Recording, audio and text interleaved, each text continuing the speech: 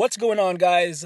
Welcome back to the channel, and for today I wanted to do another top 10 video for you guys. This time around I want to take a look at 10 characters that at tier 1 don't really stand out and shine. However, once they get their tier 2 passives, they actually propel themselves to the front line of the game and actually become very good characters to have on your roster. So same as always, I'll give you guys my opinion, my top 10, and I'll leave you guys with some honorable mentions at the end of the video. Okay, so without making this one super long, let's jump right into it. Number 10 for me, guys, is actually going to be Ghost Rider, a character that has pitiful survivability outside of this uniform, and even with this uniform it's not very good. However, once you unlock his tier 2 passive, he has amazing freaking damage when you put him up against super villains. However, keep in mind, you need this uniform to actually play the character, because outside of this uniform, he doesn't have any kind of way to keep himself alive. No heal, no iframe. He has a stun, but stuns don't really work in War Boss modes, and that's actually one of the places where he will shine, because the majority of the War Bosses are super villains, and he has a 120% damage increase against them. So with this uniform and him being at tier 2, you can take advantage of the very little damage immunity that he gets here and actually do a lot with him in War Boss mode. But where you will find that he truly shines once he gets his tier 2 passive is in PvP. Most specifically, guys, against Universal Battle World. You'll notice a lot of people throw in the Black Order. They love to throw in Thanos, they love to throw in Dormammu, and he is the perfect counter for those guys, especially Dormammu, guys. Dormammu against freaking Ghost Rider, it's pretty much a 99% chance you're going to win, because he's 100% immune to fire damage, and Dormammu only has one skill that can deal damage to Ghost Rider. In most cases, you can one-shot Dormammu, he can revive and then get one-shotted again. He's kind of a niche character where he's built in a way to dominate when it comes to supervillains, but apart from that, he doesn't really do too well anywhere else. So yeah, number 10 for me, Ghost Rider, guys. Number 9 is another niche character, but what he does very well. However, unlike Ghost Rider, he's not a world boss killer. He is a PvP strictly kind of guy, and that is Luke Cage. Combat Battle World is where you're going to find that this guy does very well. He also does well in Alliance Conquest once he gets his tier 2 passive, because he makes it so that most of the physical attacking characters kill themselves. And when it comes to Combat Battle World, he is the guy that I put at the front of my team to try and kill Wolverine. You'll notice I say most of the physical attacking characters, he will kill them. And the reason why I say most and not all is because of freaking Quicksilver. Quicksilver attacks with the safety of iframes, so a lot of the time Luke Cage cannot effectively counter him, so that's kind of why I said most. Everybody else, it's fair game and he will dominate against them, but when it comes to freaking Quicksilver, there is no guarantees, okay? So Luke Cage for me definitely holds down the number 9 spot. Once you get him to tier 2, he can actually start soloing stuff in Shadowland. At tier 1, he can probably do it, but at tier 2, he definitely has a better chance, because he gets the damage decrease and all of his skills take him up into the face of the enemy, and he just kind of face tanks, which is what he's supposed to do. That's how the character is in the Marvel comics. So yeah, you kind of need his tier 2 passive to play him effectively. Okay, next one for me, guys, is actually going to be Captain Marvel, or Carol, whatever you guys want to call her. She's at the bottom of my list right here. She's actually a decent character at tier 1. I still have a few gripes with her. Still need to get the skill cooldown time adjusted on these skills. But once you get her to tier 2, she can be completely immune to damage at all times, thanks to Binary Explosion. As you guys can see right here, it gives you a 5 seconds of damage immunity. And because of the tier 2 passive, this freaking skill right here will now last for 6 seconds. So as soon as it's about to run out, as long as you have max skill cooldown on her, you can put it right back up. And unless the enemy can pierce damage immunity, they will have no way of dealing damage to her effectively. She doesn't have a ton of iframes and she doesn't do a ton of damage, but if you can actually build her very offensively, she can do World Boss, she can do Shadowland. She can't do ABX because she doesn't have the kind of burst damage you need for that. But anything else, it's fair game. Even in PvP, if you play her on manual, she's a real nuisance to get rid of. So number 8 for me is going to be Carol, guys. Number 7, another universal character that I'm a real big fan of. She has a really good leadership. Where are you, my girl? Say Tana. Really, really like her. She has a fantastic leadership. Overall, very good kit. She does lack survivability, even though she has one iframe and a heal. It's just not enough to tackle world bosses effectively if you're a scrub like me. So with her tier 2 passive giving you 10 seconds of damage immunity, she actually becomes a very, very, very good character. I was really hoping that this would be 20 seconds instead of 30. That would make her amazing, especially coupled with the healing. But this is definitely going to do a lot for her. Eventually, I'll get around to tier 2ing her, and especially since this activates when you're attacking, that means you can control it because a lot of her skills do multi-hits, so you can practice pretty often. So yeah, Satana for me, number 7, guys. Number 6 is actually going to be a character that I'm a really big fan of, and y'all might say he doesn't belong on this list, but yeah. Number 6 for me, guys, Moon Knight. Kind of needs this uniform for the additional iframe, but his tier 2 passive does a lot for him. It allows him to actually face tank and try to maximize his DPS just because he does not have good damage. He's not super low like most people will tell you that he is. His damage is just mid-tier, but once you get this tier 2 passive, that makes it so that he's really, really hard to kill. You can just rush the enemy and play him very aggressively, and if you give him a damage proc, you'll notice that he does work, especially in ABX. His time has passed when it comes to ABX, but he can still do it. So if you have him available and he's the only option you have, he can do it. Buy this uniform. I really like this uniform. I love how it looks. And yeah, Moon Knight for me, guys, holding down the number 6 spot. And number 5 for me, guys, is actually going to be a character that I really debated heavily on putting on this list. Just because even at tier 1, she's a really good character for me personally. I've been able to solo Shadowland stages, solo world bosses, including Thanos. But a lot of people always say that her DPS is really low and she's not that great. You only get her for the tier 2 passive. So I wanted to put her on here just because a lot of people don't show her love. However, I think she's underrated, and that is the Wasp, guys. It's funny that now everyone will kind of agree for the most part that her tier 2 passive is great, because I remember personally when she just got this tier 2 passive, everyone that was playing the game at that point in time thought it was an absolutely garbage passive, myself included. I was really, really freaking upset because I like the Wasp.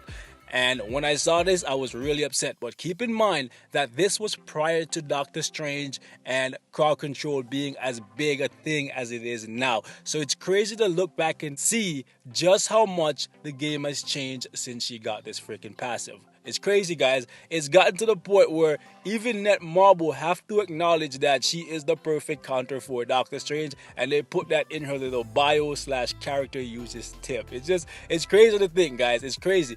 So something that may be useless today may actually be priceless tomorrow. So yeah, Wasp for me, guys, number 5. Number 4 is actually going to be one of the most useless characters in the game at tier 1 and at tier 2, but you will notice that he's on every single goddamn team when it comes to endgame content. When it's stuff like clearing floor 29 of Shadowland, when it comes to clearing World Boss Ultimate, when it comes to ABX, he's on every team. He's the only tier 2 character, rather the only 6-star character I have in this game that is at tier 2, or I got the 6-star but never maxed out any of his skills and never gave him an ISO set, and that is Phil Coulson. This guy, absolute garbage. Absolute garbage, guys. The only reason I ever built this guy is simply for his tier 2 passive, because as you guys can see, it makes it so that you deal more damage to supervillain type characters, 45% more damage at that. It only applies to heroes, so keep that in mind. Only heroes can make use of this passive. So if you have, like, I would say Thanos on your team and you throw in Coulson, he's not gonna make Thanos do any more damage, okay? So keep that in mind. The wording sometimes on Netmarble's character details is tricky, but this one right here, it's clear as day, I would like to think.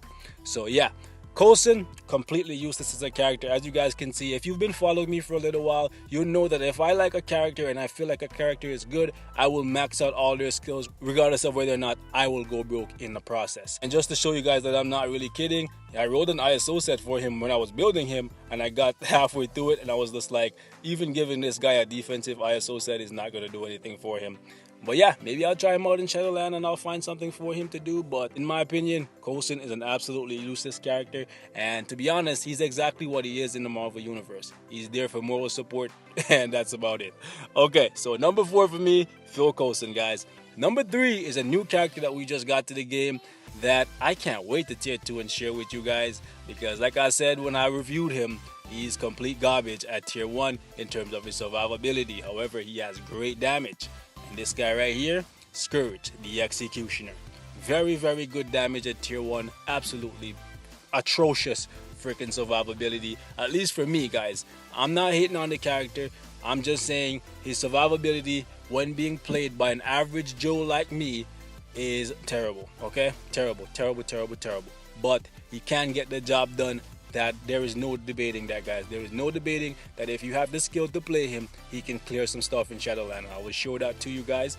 But once I get into tier 2, he's gonna be a whole lot easier to play thanks to this freaking invincibility that he gets, on top of the fact that he has a guard that you can kind of chain back to back. You can use the 5, the 4, and the 2, and just leave the 3 until the invincibility is about to run out. Or you can use any freaking rotation you want, as long as you make sure that once the invincibility is about to run out, you put the guard up, and as soon as the guard is about to run out, you put the invincibility back up. You can do a lot with this guy. So yeah, look forward to playing with him, and he's ready to be tier 2. There's a tier 2 contest coming up soon. Maybe you guys will vote for him. Who knows? All right. Next one on the list right here, guys. Number 2 is actually going to be one of the worst speed characters in the game, and you should never build her unless you are going to tier 2 her, and that is Elsa Bloodstone. Okay, at tier 1 she is damn near unusable, but once she gets to tier 2, even without her uniform, actually I should put her uniform back on. Anyways, so yeah, even without her uniform, which I recommend you buy a uniform, don't buy the one I have, buy the Monsters Unleashed. But yeah, even without the uniform, once you get her to tier 2, she becomes very, very good because she gets 5 seconds of damage immunity.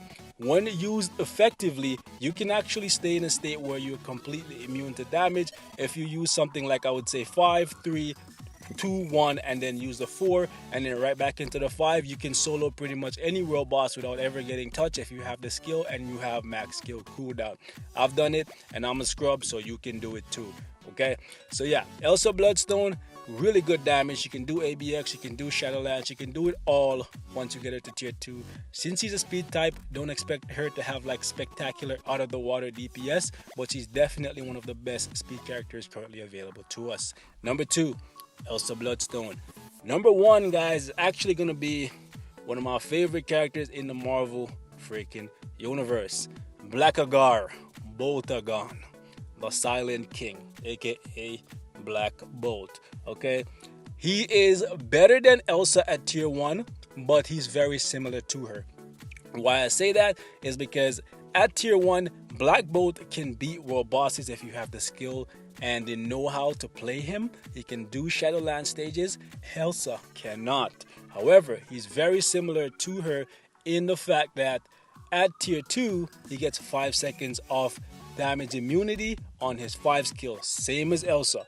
And same as Elsa, if you use him with an effective rotation, you can go without taking damage because he has 1 iframe in his kit on his 1 skill, similar to Elsa. So if you go something like, I would say 5, 3, 2, and then 4, and then 1, you're golden. Right back into 5, you're golden. Black Bolt, guys. Yeah, number 1 on this list in terms of characters that kind of go from 0 to hero is Black Bolt. I wouldn't say he's a complete 0, but he definitely jumps a lot by getting his tier 2 passive.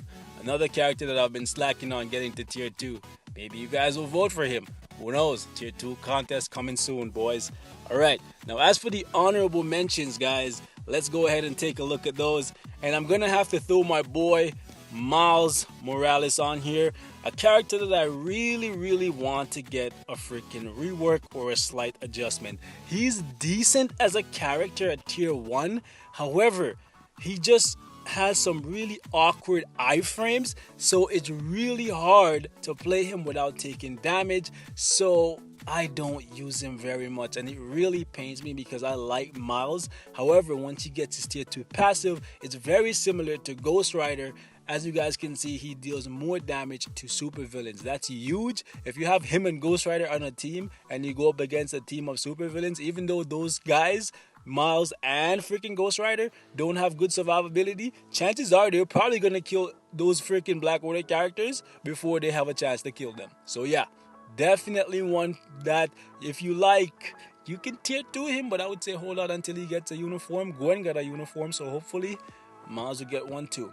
So yeah, gotta put Miles on here. Another character that I gotta put on here that kind of goes from 0 to hero is this lady right here, Singularity, the mother of, I would say, stun lock in this game, simply because when I first started, the supernova type skill right here, this one that kind of summons a vortex that pulls your character in and just constantly guard break them, was one of the first stun lock type skill I ever saw in this game, and I'm pretty sure that's where Sharon Rogers, that's where Magneto, that's where a lot of these stun lock freaking skills came from. Just the very concept that is Singularity's supernova skill. Very annoying skill. She has some partial iframes in her kit, but to be honest with you guys, even though I have her built really well, at tier 1, I struggle to actually keep her alive, and on top of that, her damage is very low. Once you tier 2 her though, those get addressed because she actually gets 40 freaking percent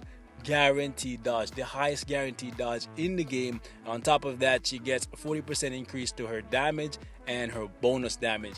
One of the highest I've seen, to be honest. So yeah, definitely kind of adjusts the character's low DPS and survivability by getting her tier 2 passive. I know a couple of you guys have been asking for Singularity type videos, and to be honest with you, bro, I have a hard time keeping her alive for the most minuscule of tasks, but if I ever get a chance to, I will try her out and give you some gameplay if I don't tier 2 her by then. So yeah, like I said, tier 2 event coming up, guys. Maybe you want to vote for Singularity. Another one that I want to put on here is actually Amadeus Cho. Where is this guy? Right here. Uniform is kind of required because he's one of the 2 Hulks in the game right now that don't have any healing in their kit. Him and She-Hulk don't have any heal. However, this uniform right here kind of makes up for that because it gives him some all defense. So that's cool. Also decreases the damage that he received, but his tier 2 passive gives him freaking guaranteed dodge and a little bit of a bump to his DPS. So I gotta put Amadeus Cho on here as a guy that kind of goes from 0 to hero, even though it's kind of like due to his uniform and his tier 2 passive, and not just because of his tier 2 passive. And another one that I gotta put on here that doesn't get a lot of love at tier 1 but becomes pretty decent at tier 2 is the Vision, thanks to the rework that he got that gives him 4 seconds of immunity when he uses density shift. This skill right here is a pretty cool skill. Vision has a ton of iframe in his kit, so once you tier 2 him, he actually becomes pretty tanky, and that's kind of what he needs. But to be honest, his DPS is kind of low, so I'm hoping that he still gets another uniform to kind of adjust that. But definitely becomes a noticeable character once he gets his tier 2 passive, because at tier 1, he struggles to stay alive and he struggles to deal damage, kind of like a Singularity. Okay, last one that I gotta leave you guys with, and before the Ragnarok update, I would have put him in the original top 10. However, because of freaking Valkyrie, he had to get kicked off. I'm sorry, but let me know what your thoughts are on that. And that is Werewolf, kind of losing his value as a character that you need to tier 2, simply because 1, he was the first real like buff type character, and once we got Phil, he kind of fell down a little bit, and now we got Valkyrie, so he just got replaced on Sunday. So yeah, that's kind of why he's down here in the mentions and not in the freaking the top 10. But his tier 2 passive is still pretty good, especially when you couple that with the 5 skill buff. But yeah, guys, that is the list. Let me know what your thoughts are on this top 10 right here. But that's it for this one, boys. Like always, thank you so much for watching, and I will see you guys in the next one, yeah? Peace and love.